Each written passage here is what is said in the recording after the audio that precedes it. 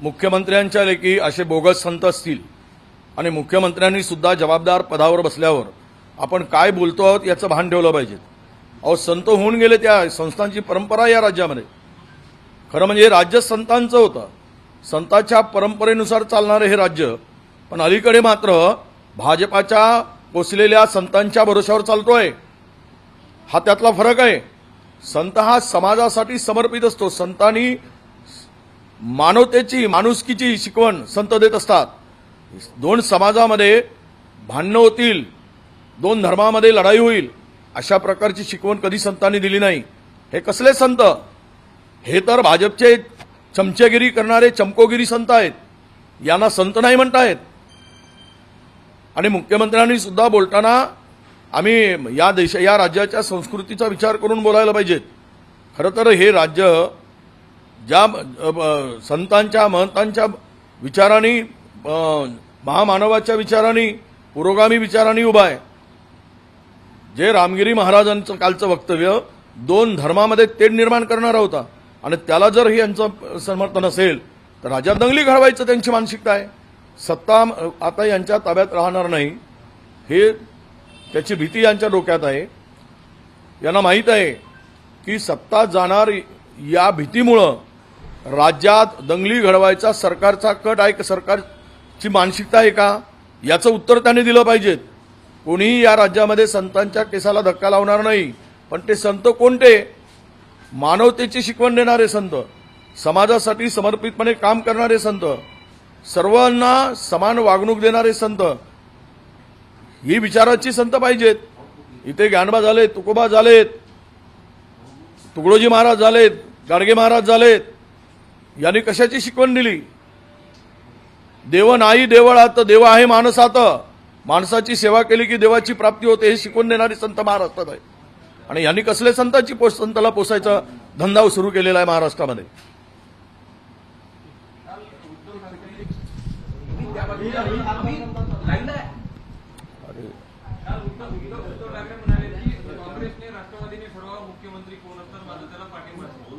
कोणी म्हटलं? नाही, आम्ही ठरवू ना, महाविकास आघाडी ठरवेल, महाविकास आघाडीचाच मुख्यमंत्री होणार। यामध्ये कुणी आता काही लपून राहिलेलं नाही। जे काही निवडणुका पुढे ढकलण्याचा कट जो या करत आहेत, यांना माहीत आहे यांच्या पायाखालची वाळू सरकली आहे।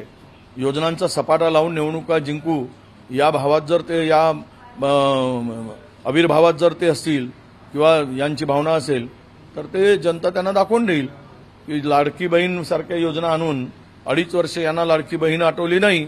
निवडणुकीच्या तोंडावर लाडकी बहीण आठवते तर लोकांना कळत नाही, माझ्या भगिनींना कळत नाही असं नाहीये। मध्य प्रदेशामध्ये योजना सुरू केली, 3 महिने झालेत नाही, योजना बंद झाली, निवडणुकीत वापर झाला भगिनींचा। तर हे महाराष्ट्रात करायचं यांचं डोकं आहे ते, कारण सगळे जुमलेबाजीचं सरकार आहे। वरून जुमले पेरले जातात, खाली ते त्या पद्धतीनं ते काम करतात। त्यामुळे मला तरी वाटतं की एकूणच राज्यामध्ये जे आज आहे, यांनी कितीही प्रयत्न केलेत तरी ते यशस्वी होणार नाही। काल राज्यामध्ये जातीय कारणावरून संभाजीनगर नाशिक असेल दंगा सदृश्य परिस्थिती झाली की दगडफेक झालेली आहे। नाही, हे सरकार पुरस्कृत आहे। सरकार म्हणजे महायुती हारती आहे निवडणूक, सर्वे त्यांच्या विरोधात आहेत। त्यामुळे यांनी राज्यामध्ये मतांचं विभाजन करून फायदा, म्हणजे यांना मृतकाच्या टाळूवरील लोणी खायचं आहे, मृतांच्या प्रेतावर पोळ्या भाजायच्या आहेत यांना। महाराष्ट्रात दंगली घडवून हे सरकारचं आहे। जातीयवादी सरकारला दुसरं दिसणार काय? यांना वाटतंय की राज्यामध्ये अस्थिरता निर्माण होईल, दंगली होतील, जातीय तेढ निर्माण झाली की आमची पोळी भाजेल। यामुळे हे जे चाललेलं आहे, काल नाशिकमध्ये जे झालंय, सरकार पुरस्कृत आहे। कालचा जो मोर्चा झालाय आणि त्यातून जे उद्भवलेली परिस्थिती आहे, त्यामध्ये आशिष शेलार जे म्हणतात सोलून काढा, अरे काय तू राजकारणी आहे की कोण आहे, गुंडा आहे, अशी भाषा वापरायला, सोलून काढायची। आणि कोणी कोणावर दगडफेक केली, चौकशी उच्चस्तरीय होऊ द्या। आणि हे पद्धत नाही ना, झाले कोणाच्या भावना प्रगट करायचा प्रत्येकाला अधिकार आहे, परंतु सक्तीनं कोणी बंद करून दाखवत असतील आणि दगडफेक करत असतील तर कारवाई होणे अपेक्षित आहे। हिंडनबर्गने केलेल्या आरोपानंतर ज्या सेबीचे प्रमुख आहेत माधवी बुच यांचं मागील काही वर्षात उत्पन्न पाहता त्यांना लाभ झाल्याचं या ठिकाणाहून निष्पन्न होताना दिसून ना सेबीचे जे प्रमुख आहे माधवी बुच यांना लाभ झाल्याचं मागील काही वर्षात लाभ झाला असं दिसतं. नाही, हे सगळीच मिली बघत आहे. देशातील सामान्य नागरिकांची यांना पर्वा नाही. हे जर सेबीची गुंतवणूक किंवा सेबी त्यामध्ये इन्व्हॉल्व असेल हिडनबर्गच्या रिपोर्टनुसार, तर लाखो गुंतवणूकदारांना उद्या जर रस्त्यावर आणायचा प्लॅन आहे का सरकारचा? लाखो करोडो बिचारे रिटायरमेंट झालेली लोक असतील किंवा सामान्य लोक असतील, दोन पैसे आलेत कुठल्या व्यवहारातून, ते गुंतवणूक करतात आणि आयुष्यासाठी त्या ठिकाणी ती गुंतवणूक असते भविष्यातील त्यांच्या सेफ्टीसाठी.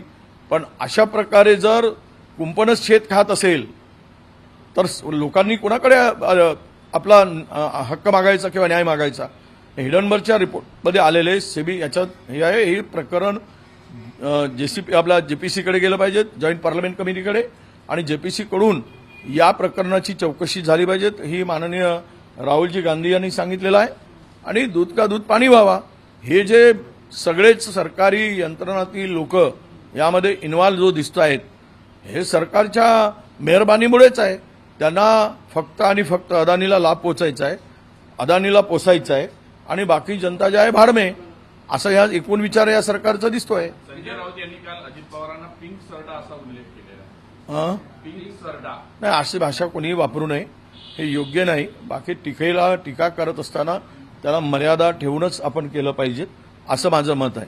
विदर्भातील 65 जागांवरती काँग्रेसने दावा केला, नितीन राऊतांनी दावा केला. नाही, दावा सगळेच करतात. आम्ही केलंय, आमच्या नितीन राऊत साहेबांनी केलं असेल तर त्यांचा तो मत बरोबर आहे, कारण विदर्भ हा काँग्रेसचा गड आहे. परंतु महाविकास आघाडी म्हणून आम्हाला लढत असताना त्यामध्ये समन्वय ठेवून आणि बैठकामध्ये यावर तोडगा निघेल कोणी किती जागा लढवायच्या. किती जागा अपेक्षित आहे काँग्रेसला? विदर्भात सगळ्यात गड आहे कारण काँग्रेस. नाही, आम्ही काँग्रेसच्या जागा अधिकाधिक लढाव्यात ही आमची भूमिका आहे. अधिकाधिक लढाव्यात विदर्भामध्ये, कारण विदर्भ हा इथे दोनच पक्ष मजबूत आहेत. एक काँग्रेस आणि दोनच पक्षामध्ये लढाई आहे, भाजप वर्सेस काँग्रेस.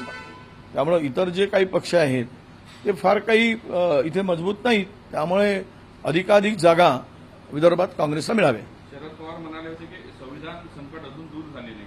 नाही, हे तर खरंच आहे ना. हे जे काही आता निकाल येत आहे त्यामधून आणि सरकारची भूमिका जी दिसते ती काल लाल किल्ल्यावरून केलेली भाषणं आहेत, यातून काही संविधानाचं रक्षण करण्याची मानसिकता नाही.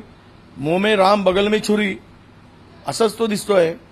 म्हणजे दाखवायचा, संविधानाचा उल्लेख करायचा लाल किल्ल्यावरून आणि मात्र करायची कृती वेगळी, हे देशातील जनता बघते आहे. त्यामुळे संविधानाच्या संरक्षणासाठी आम्ही आहोत. पुणे मेट्रोच्या एक्सटेन्शनला राज्य सरकारने दिली आहे, तो परमिशन दिली आहे, कुठल्या अवधीचा त्यासाठी खर्च होईल? काय पुणे मेट्रोच्या एक्सटेन्शनला राज्य सरकारनं परवानगी दिली आहे, करोड रुपये. नाही, आता एक्सटेन्शनची गरज आहे का? पुण्यात गरज, खरं म्हणजे पुण्यात मेट्रो ही 20 वर्षापूर्वी होण्याची अपेक्षा होती. पुण्यातली मेट्रो का उशिरा सुरू झाली हेच कळलं नाही. आम्ही त्याला मंजुरी दिली होती 15 वर्षापूर्वी. त्यानंतर हे सरकार आलं आणि ते गुंडाळून ठेवलंय.